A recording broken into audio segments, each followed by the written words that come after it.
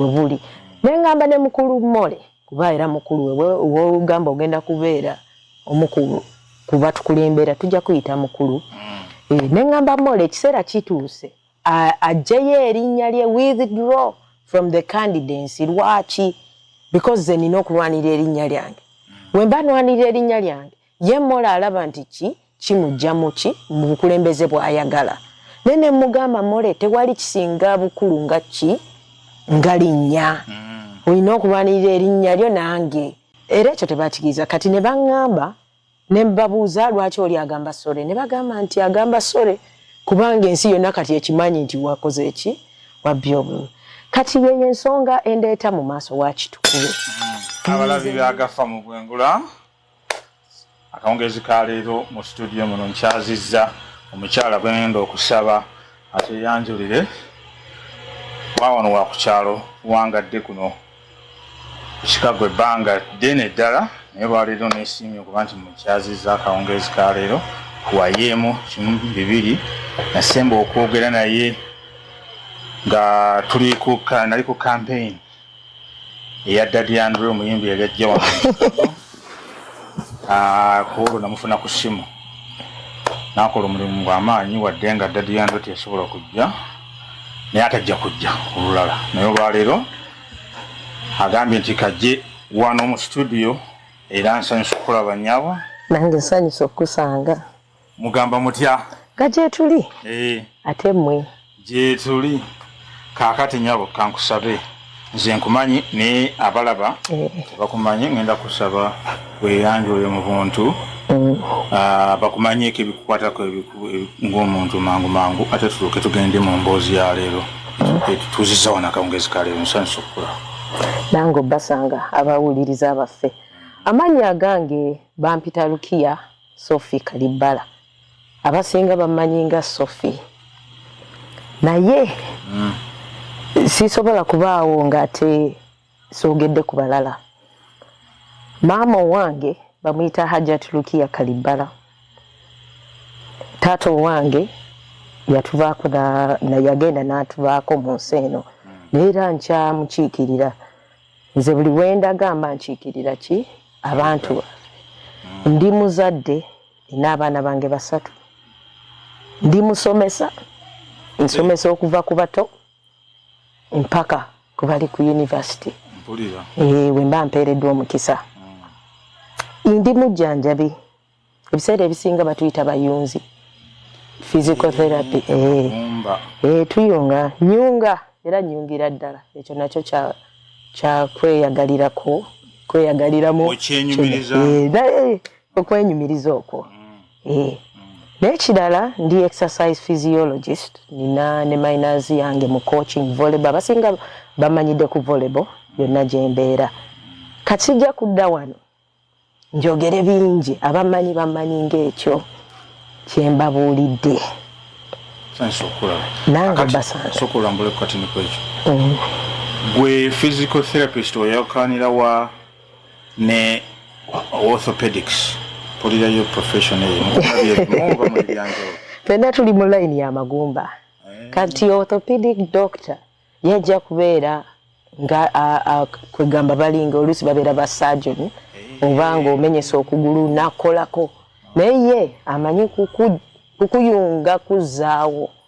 nate kati ffe netujja netukola ku bintu bye bayita mobility okutambuza balance kwegamba obenga osobola okuddayo mu bulamu bwe walimu ng'ebyo byonna ebizibu tebirina kutuukako so bwe omuntu bw'aveewo orthopedic ng'amaze okukolebwako surgery oba kinajja kati gwe n'osobola okuyamba okudda mu bulamu bwe yalimu kyekyemirimu kaakati bali batya omanyi ennaku zino olwaleero nalabye nga olukalala lwa Balonzi abayuna lwafulumye era erinnya lyo teryalabiseeko kyokka ate nga okuddako emabega nalabako nga waliwo ebbaluwa eya email bwe tuziyita mu luzungu eyaweerezebwa director wa communications w'ekibiina kya Uganda North American Association mwendi member ekibiina kino kikigwe na Uganda bonna mubegattira mu mambuka ga America era nange nkibaddemu okumala kabanga nga member era nkyenyigiramu kulwange ng'omuntu si mu biti ebirala byonna ndi mu wabula nga nze n'ekibiina kino nkyetabamu era nkyenyigiramu era n'emirimu gino egy'amawulire gyenkola n'engeri gye neenyigira mu yuna era kulwange ng'omuntu si mu biti byange birala naye kakati olwokuba nti ndi memba w'ekibiina ekyo ngoberera ebigenda mu maaso naye ndaba email eyo boogedde nga kirabika waliwo ekigambibwa nti waliwo abadde bakola okuzannya oba okucyangacyanga sisitemu ya yuna okugezaako okugibuzaabuza bwe nti bwatyo communications director bwe yatugamba nti alabyemu amannya agatalina agawandiisiddwa emirundi egisukka mu gumu n'alisitinga email eyo nerabika ng'erimu erinnya lyo teyalabika bulabisi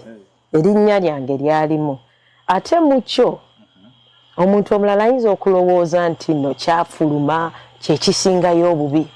naye ate nakyo kyatulaga nti ne yuna teyeebase ekola ki ekola kyensooka okwenyumiriza mu yuna era mwebale nnyo ogw'omulimu kubanga senga yuna teyafuluma n'eteekayo g'amawulire nandibadde nga simanya bikola ki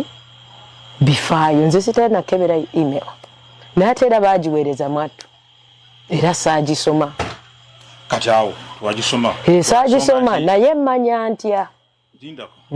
atonaba kugenda kumanya buli yuna memba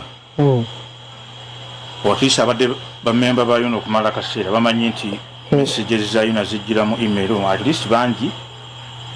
watusuubira nti bamanyi naye kati gwe kyogamba nti tewamanya nkansooke nkubuuze nyabo yuna ogimazeemu ebbanga kinga memba gamazima nja kugamba ekyokubeera nti nja kubeera memba kyandibanga kitandise kati omanyi ffenna tugenda mu yuna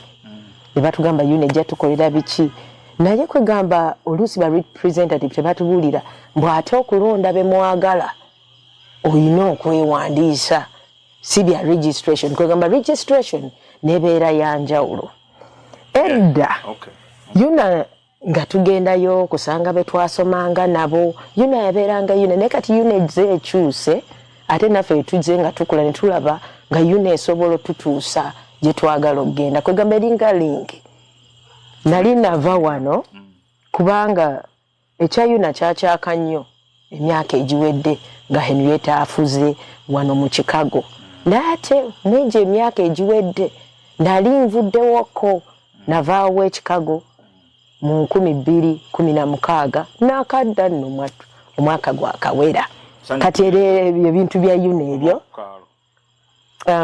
mbadde sibiriimu nnyo olw'emisomo abaana n'amaka nga sisobola byetabamu naye kuno enadda neŋŋamba omanyi yuna ekuze tulaba otuleetera ka tekinologi mulimu ebyokulima nga bwe tugula amataka mulimu ebintu ŋŋandanga muntu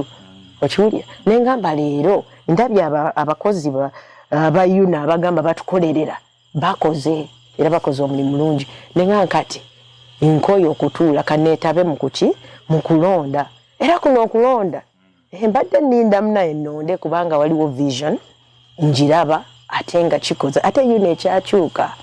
ekintu ekirungi bw'okiraba okyeyagaliramu nenjagala mbeere ku ekyo kati onoogenda ku website ya yuna nga bwe tugamba abantu mugende ku website ya mwewandiise mufuke ba memba na registeringa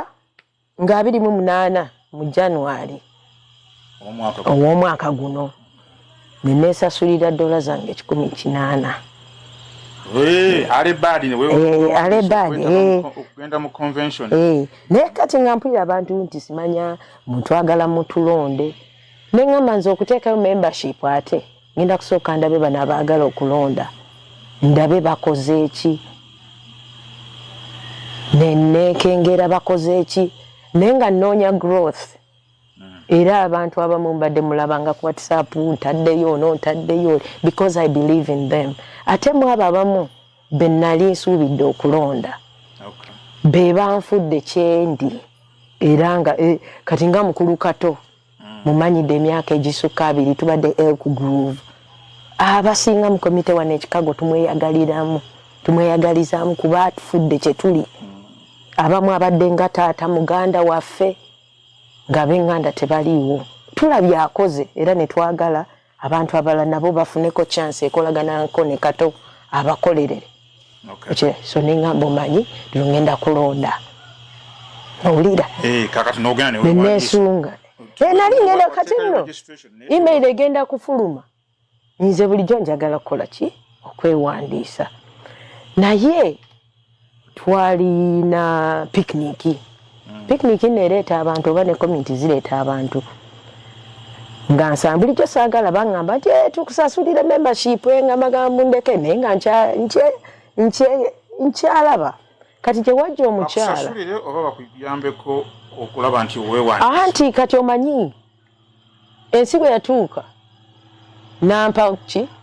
lwakuba gwokola ki gwowa naffe tuli bantu naye kati omuntu bwakwesibako ennyo fe abamu kuffe kibeera credibility oneesibyeko nnyo ekitegeeza ngenda kuwa 10 ng'oyingira. Gye nasanga omukyala bulijjo muyita bamuyita nno maama Bea nga simanyi nti alina n'erinnya eddala naye ngenda kumanya tugenda ku mashariki wano ani atayagala music nga nsanga omukyala bamuyita Molly Katsime naye ku olunaku lwa picnic ng'agamba Kalibala yampita na Kalibala kubali amanyi abamanyi ennyo bamanyi Sophie ngamba Kalibala weewandisiza kinenga nkyakirowoozaako nja kuwandiisa olwokutaano ngamba nze ekyo tokifaako nja kukola ki kankuwandiise mutuwa akalulu bannaye mutuwa akalulu nga nange ndowooza mwatwasaaga. Naye kati ku Sande nga tuvudde mu myoleso nsuubira zaali nga 23 ng'akeera ku makya nga ngamba njagala email yo njagala address n'erinnya lyo nga bwe liri ki gambimuwa ate munanga abisabye si bye beetaaga nga nange ndowooza omuntu nkoze eki akugambye nti agenda bikozesa ki agamba mbu okumpandiisa ku registration. Kaakati nga email ejja nga yampandiisiza olunaku olwaddako. Kati email wagifuna? Email ng'egamba bakwandisiza 5 na biki nga nteekako okiwulira. Kati kwe kumubuuza naye owaaye namukubira zaali nga ssaawa 3:30 nalina ku mulimu ne mukubira ne mugamba owaaye gwateebaka wabaaki ssaawa 9 gwa kiro oregisteringa kyekyo ky'oregisteringa kyotasobola kukola ku makya nga bw'osaaga ne munno. Kyava ngamba mbwa nze nina abantu bange baregisteringa mbaweereza buweerezi kashapu bali mu buli state. Kati kwe kumugamba nti naye ebinkwatako nalimbi wadde gwe okukola ki okumpandiisa tewaŋŋamba nti ate oyina abakola ki abakola mbwa nze nina abantu bakola bati ebintu ebiri ki biri seefu. Namugamba naye ntiddemu nagamba ate obaako kyakutya bakwadde membership yalaze 5 koze nagirabye nene ngamba naye ebintu byange kwegamba era nga natyamu naye kati nina omwesiga so nemwesiga nengamba ate owaaye nze ebyatabye nabimuwadde bw'aba yabiwadde omukyamu ensobi yakoze eki yakolebwa naye sinnatuuka ku ki ku nsobi so nina omwesiga. Nga tugenda mu maaso nga 27 lutuuka nze nina abantu kati mukulu Kiggundu waliwo emyaka gy'otuuka nga tokyeyogerera nze nsuubira nazituukako kati kyo email sina gisoma kati we baagiweereza ng'amasimu gatandika ku makya nga bagamba owaaye Sophie Kalibala Lukiya Kalibala walabye amawulire agafulumye nti wawandisiza abantu 3 embagamba naye omanyi yo neeboonoonye nze nange bakoze eki bampandisiza buki buwandiisa koza abantu abasatu bebandi nze nga simanyi n'abantu ne bagamba aza omukyala Mole katusiime nze yansasulidde neki ne membership ne bagamba ssebo oli ku fraud omuzungu si bw'akiyita kumpanya obukumpanyo bagamba nti mwakumpanya system ne ngamba oba eri yali sayini okwekubamu mu mutima nti ebintu byange bakosa ne ngamba kana bana boogera balabira bakoze eki tebalina kituufu kakati kwe kugamba nti email kene ngamba babaweereza email nga nze sinagifuna nenkebera kubanga bantaddemu nga memba eyo email nagifuna nga kyobadde oyogerako so kati bwe njifuna ne ngamba ate kati nze namba 2 tebantekana ku namba emu nali namba 2 naye nga bankwata anti bateekako waliwo omukyala bamuyita Teddy Miti yendo oyo whoever it is yansingako ate ki obukugu nze ne banteeka ku namba 2 ne bagamba mbu nayingiza abantu baki basatu mu email abantu basatu kwegamba nga bagamba nabayingiza $2 ekifo kya $5 so kyenyiza okubategeeza abatuwuliriza nti okuyingiza omuntu nga memba kale omuntu anoonya obululu asobola okusasulira naye wano weebuuza obuzibu buvaawa nze bansasulira ku 5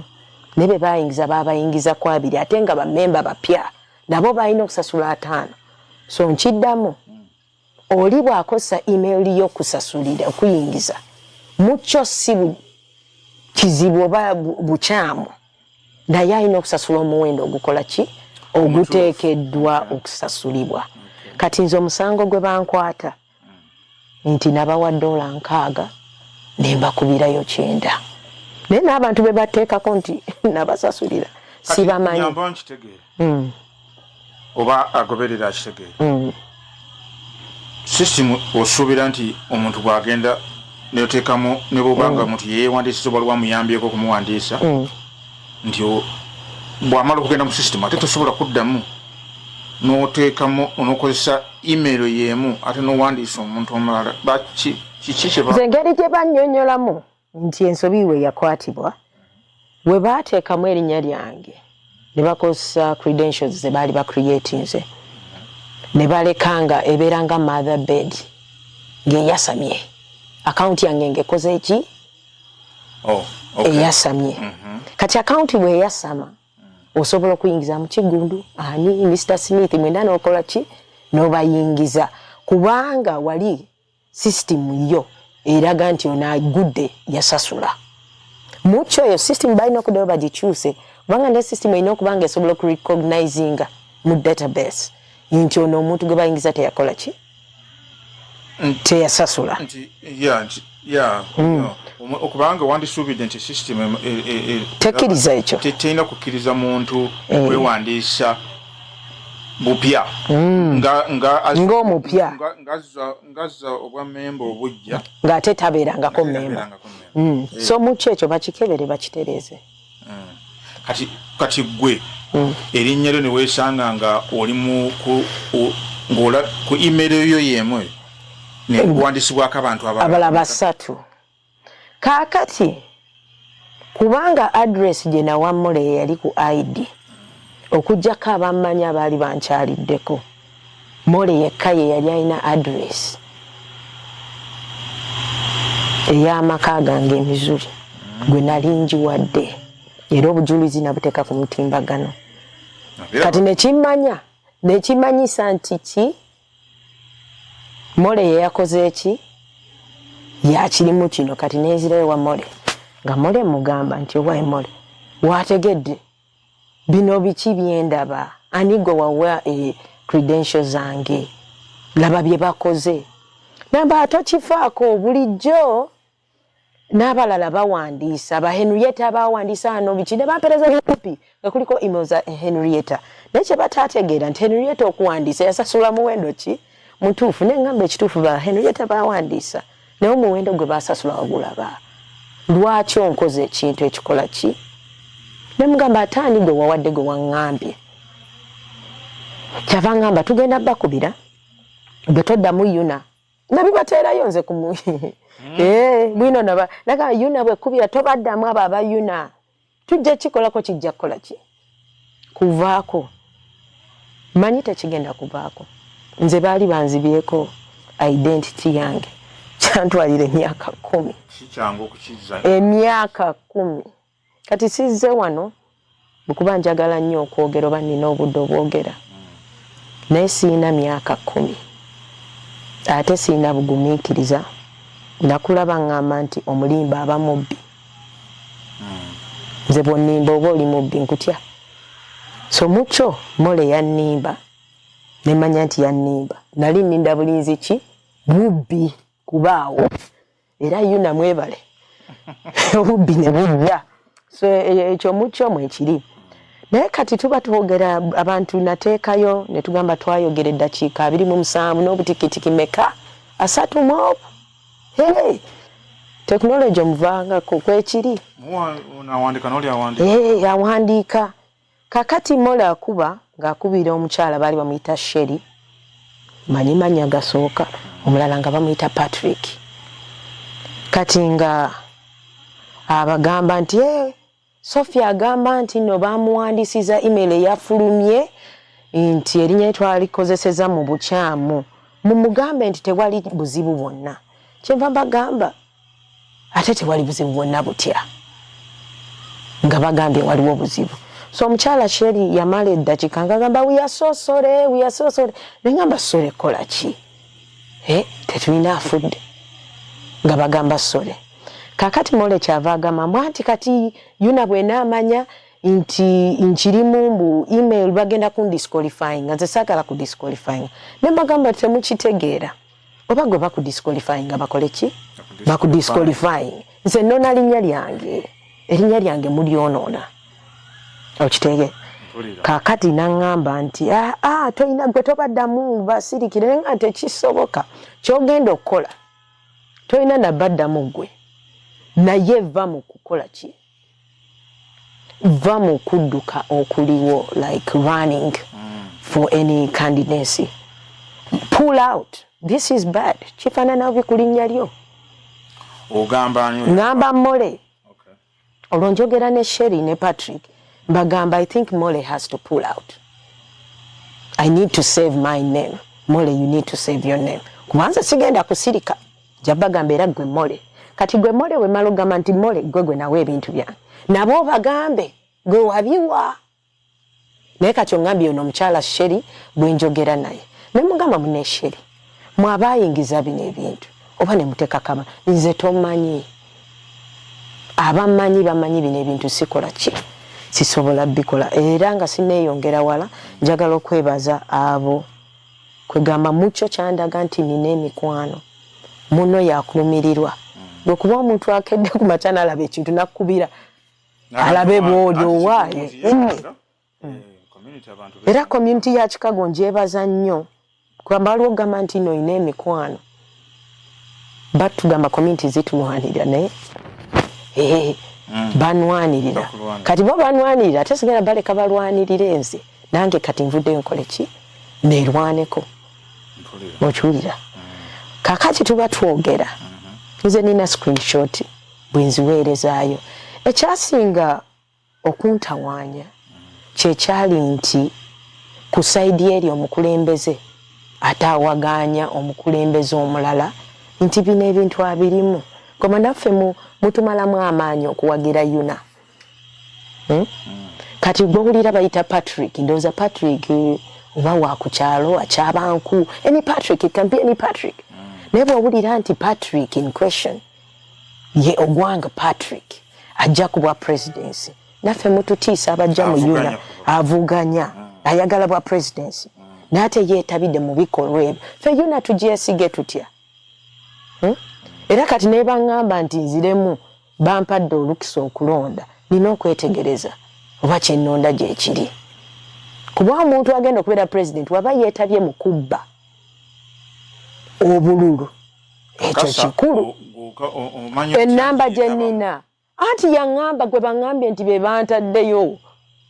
nkugambye twayogera eddakiika mmeka 27 Patrick ne Sheri. Era kati nemala nembuza omukyala Sheri nti ogamba sore kiki. Nagamba tusonyiwe ebintu byafulumye buli memba waaki wayuna amanyi nti no oli fraud. Kyenva nkusaba ekyo ne mugamba ki kati tumaze okwogera. Okitegeera nengamba tumaze okwogera. Era saddamu kukyogerako ekyo. Kati bajja kugamba oli oyinza okugamba kubanga kati n'omulala ajja kujja wano ku mukutu agambe nti nange njagala kuwa side yange era sijja kumugamba naye akati mbuuza gwe olinawo obukakafu ki olinawo evidence kiraga nti essimu bijja kusigala ku akalenzi gwakawula he said she said. Anze nabawa ebintu era naye ne oba oyagala to accompany this nsobola okuwa kyenina obukakafu nze bwe nina obukakafu okiwulira nze senga nateekayo ate sandikoseza address gye yayina naye kuba yangamba address eri ku ID.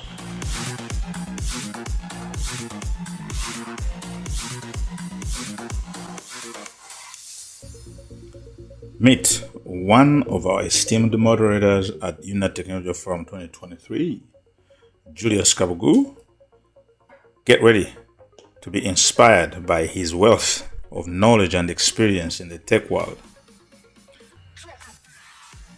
Julius is not just an engineering manager and a senior software engineer at FICO. He is also a driving force behind innovation. With a passion for analytics, Internet of Things, and financial technology, he is truly a visionary in the tech landscape. That's not all.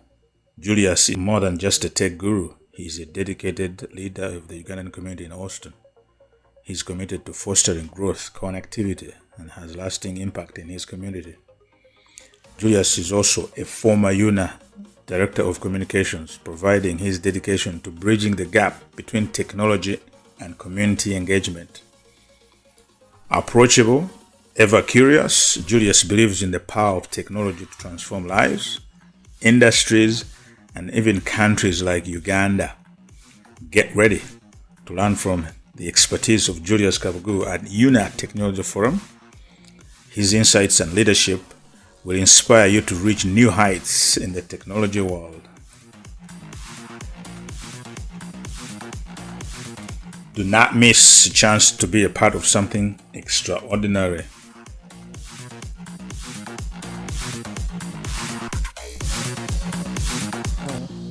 Ewali tugendedde mu commercial break. Nyabo badde nnyonnyola ng'ogamba nti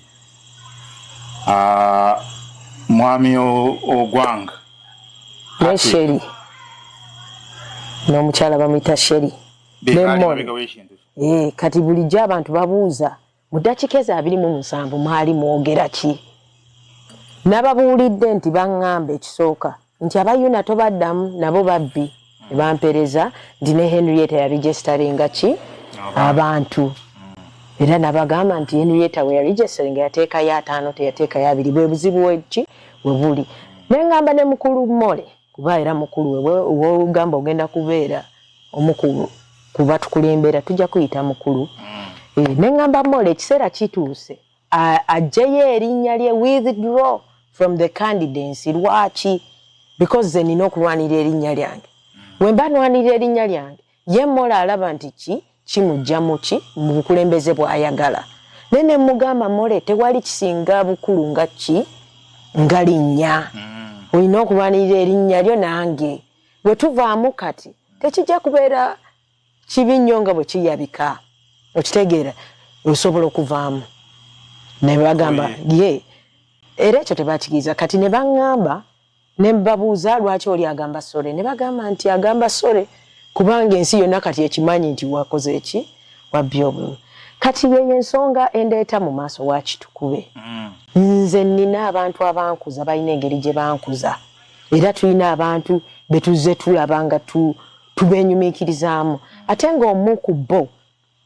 yali omwami bamuyita Haji Abdul Nsereko mutabani we mumuwulira Muhammad Nsereko tukuze ne maani era omuyita maani mumanyikanye maani nsereko tukuze ffenna era abazadde baffe batukuzanga tulina ki principles etugoberera oba oli awo tebaali bazadde bokka naye n'amasomero ge twagendamu ze nasomera e Nakasero ndowooza njagamba olutalo lwali lwakaggwa oba lwali terunnaba kuba nali muto naye twalinanga headmaster nga tumwenyumiikirizamu nnyo nga bamuyita Mr. Murara Jackson owulira ne wabeerayo n'abasomesa ba Mr. Tumuhaire batusomesa kimye ng'owulira bagamba your name mukume erinnya lyammwe mukume erinnya ly'abazadde bammwe leero bwe ndaba omuntu annyigiriza nga kyenkuze nkola ne bwe nzija wano ewammwe bwe nfuluma ewange mba nkiikiridde bazadde bange abaana bange mikwano gyange abammanyi era bwe ngenda okweyisa mu bantu mba nina okweyisa ku standard z'abo abammanyi ze bakola ki ze bantuusizaako kati n'ekirala kiringa obukulu nyinza okuba nakikugambyeko mu kitundu ekisooka naye mba sinnaba ja kwongera okyogerako obukulu ye greatness ku myaka gye ndiko nkifunye mu mirimu gye nkola abantu benziza okulaba kwegamba greatness navanze ku level ey'okubeera good it comes with experience tukoye okugamba nti that's a good person today I'm a great person nkyogereramu era abaana bange mbagamba achieve greatness tewalyaja nakugamba waja achievings you feel it I walk with my head high with greatness once you achieve greatness ebintu bino nga bamole bye bakola ate tebisobola kukusaanyaawo kuba oyina solidarity abantu abakukkirizamu you've made a name for yourself so I've made my name but why because I have people nkuwadde ba Haji Nsereko yabeeranga ku mawulire ndugamba tetulibeerako nga Haji naye kyannaku nnyo nti leero nzize mu maaso ga kamera yo mukulu Kigundu nga soogera ku greatness yange naye nnwanirira linnya erinnya kintu kikulu nnyo naye ani akwonoonera erinnya alina kumanya mola ayinza okunneegaana abakola n'emmola abakoze ebyo basobola okunneegaana kuba bo tebammanyi n'emmole mumanya nti nze mumanyi mu community nkomyewo wano omukyala bamuyita mmole bwe bakola emikolo gyabwe tubasapoti nga tubeera mu mashariki azagambye kale kanku registering namugamba nsobola nti akankikukolere bukolezi naye mukikola okwo nga bembagambye ensobi zaakolebwa naate zidda waffe ye mulaba nti erinnya ye teririiyo kubanga gwe gwali omulamwa gwe yagende mu maaso ffe batunyigirize naye kati ffe abantu wansi nze nvuddeyo ngambe tebajja kunyigiriza nze Kalibala ng'anyi era wabeerayo omulala awulira nti ki bamunyigiriza aveeyo ayogere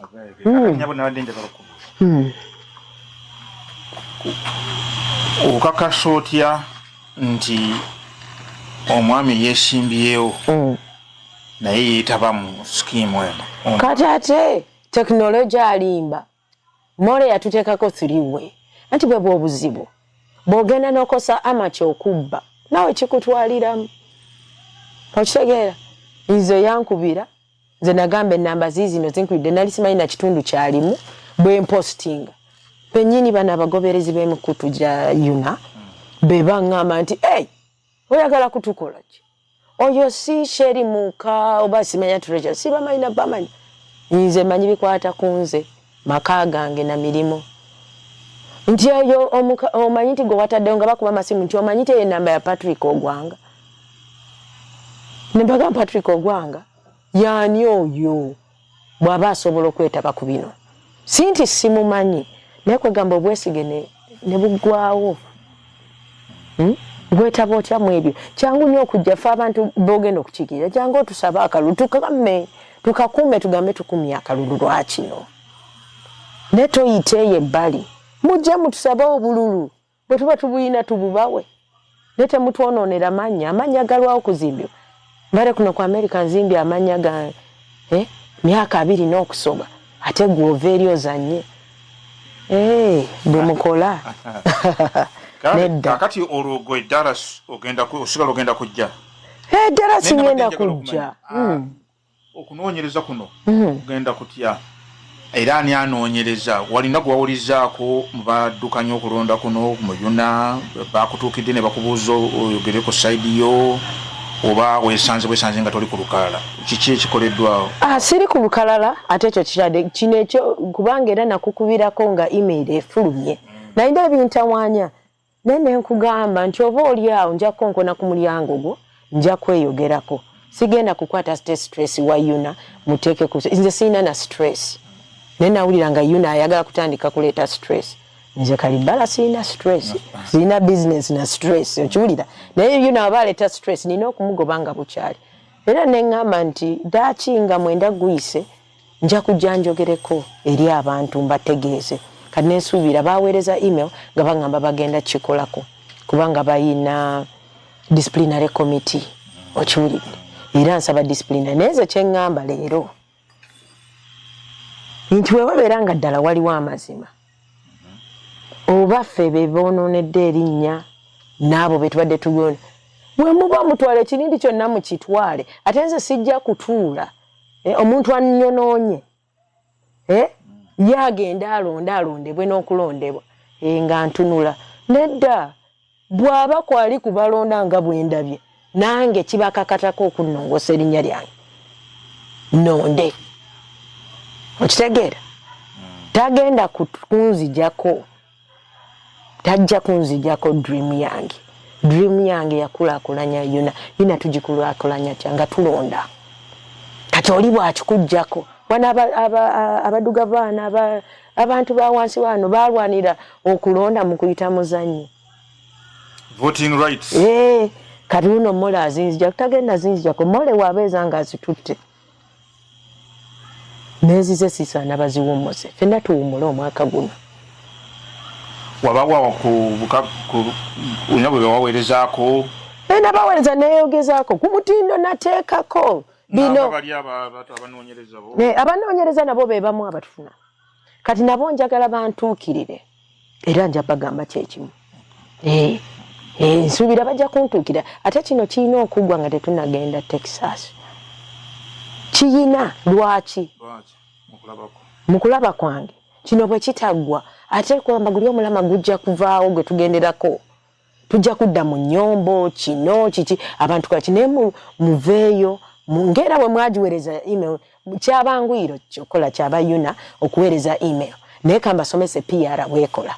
toweereza kyalo kyonna nti pipe zamenyese owulira pipe bwemenye kosooka n'ogende waani ewani nanyini pipe gigavudde amazzi omuntu yateekawo pipe n'omugamba nti pipe zino wampa waranti ya myaka 10 nezimenyese tuyinza okusooka okunoonyereza lwaki zamenyese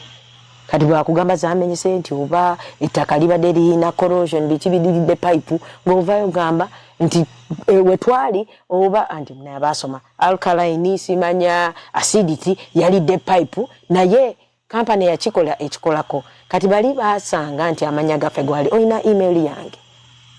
otutaddeyo basatu otuwandiise okola ki yengo wa communications kale yagamba bali abalala abalina obikwatako bandi badde batukubira nga tebanakubira nsi yonna kutwonoona amannya kubanga nange nyiza okeera ne ŋŋamba leero ndi mulungi neerumako erinnya naye we tunaalemwa nange ndi wadde mbogamba nti waliwo kye bayita defamation Yuna yayonoona erinnya lyange nga tekoze eki naye ebyo tetwagala bigendamu tebituzimba tebitugasa naye kino kibeere kyakuyigirwako ku bantu be tubeera nabo obutalyaza amanya bannaabwe kibeere kyakuyigirako Yuna eteekewo checks and balances ezikola ate n'abajja okutufuga babeere nga si balimba eriffe tuli bantu obulimbwa bukome nabagambye omulimba abaki mubbi nze bannimba naye nalinda bubbi era obubbi bwe bukoze eki bwe bundeese wano kuba oli bwonnimba ekisoke nze wange bwojje wange kukolagana nkuwa 10 olina okutereka ekyo 10 kasi otandika okitema oba okitemye naye leero nsaba nsaba investigation ya yuna egende bulungi bakole ekiteekese kye balina okukola yuna yetu erina tuprotectinga naye leero nzija waabwe protect my name batugamba nti mutulwanirira leero nange omuntu wa bulijjo munwanirireko yuna abakulembeze disciplinary committee nsaba munwanireko ku linnya abamanyi baveeyo balabe oba nange ekyo nsobola okukikola era mwebale nnyo abanwanidde waliwo baddewo nti Kalibala temujja musirisa ye temujja kunsirisa Kalibala ye sisobola kikola siina budde ate sibamanyi abo abantu nze abamanyi be bamanyi akwagaliza gw'oyagalanga kati yuna we munjagaliza nga lwaki sibaagalamu ebyange bikomyawo